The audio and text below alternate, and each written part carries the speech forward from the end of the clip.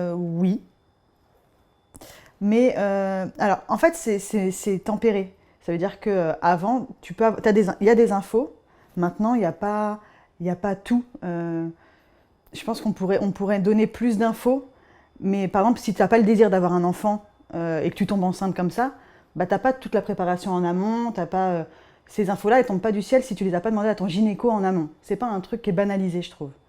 Pendant, en fait, tu peux avoir toutes les infos si tu te renseignes.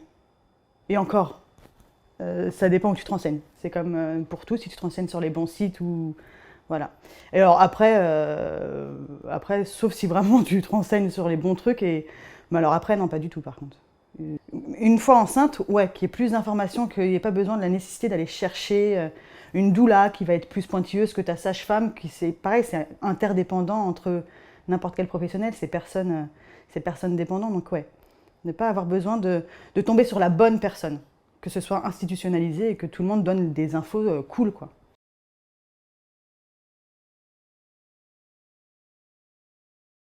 Si c'était rentré dans les mœurs d'avoir des infos basiques, il y aurait, je pense, une part de stress en moins. Après, des choses forcément à approfondir après, mais le fait d'avoir une base, ouais, je pense que ça peut.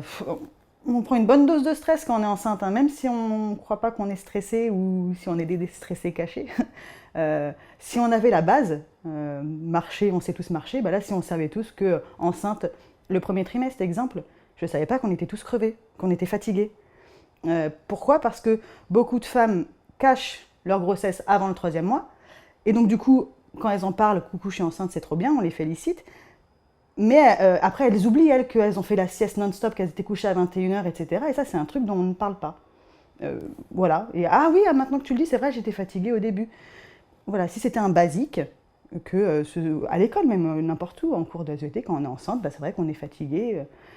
Bah voilà, c'est un truc qu'on... Ah oui, peut-être que je m'en serais souvenu et que j'aurais été moins catastrophée de me dire mais il n'y a que moi qui suis une loque comme ça.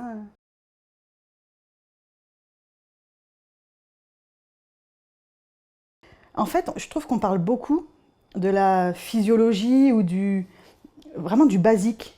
Par exemple, j'ai pris une doula, chose que beaucoup de mes amies, je crois qu'aucune de mes amies qui ont accouché, elles sont quand même pas mal, hein, 5-6, il n'y en a aucune qui a fait ce genre de préparation à l'accouchement. Et te parler de verticalité. Le fait d'être, pour nous, la normalité pour accoucher, c'est d'être allongé. Alors oui, si tu es confortable allongé, t'accouches allongé, il n'y a pas de souci. Maintenant, j'étais même pas au courant que c'était pas la meilleure position, que ça c'était la position médicale. Voilà, donc ça c'est des infos que si je n'avais pas fait cette recherche pour préparer ma grossesse, si j'avais pas eu le temps, le confinement, peut-être que je les aurais jamais eues. Et ça, par exemple, ça favorise, enfin plutôt ça peut diminuer les épisiots. C'est pas le genre de choses qu'on veut. Enfin voilà, ces infos-là, elles sont pas instinctives. Toutes les sages-femmes vont pas en parler, toutes les mamans ne vont pas en parler. Moi, ma mère, pour elle, avoir une épisio, c'est normal. Non, maman.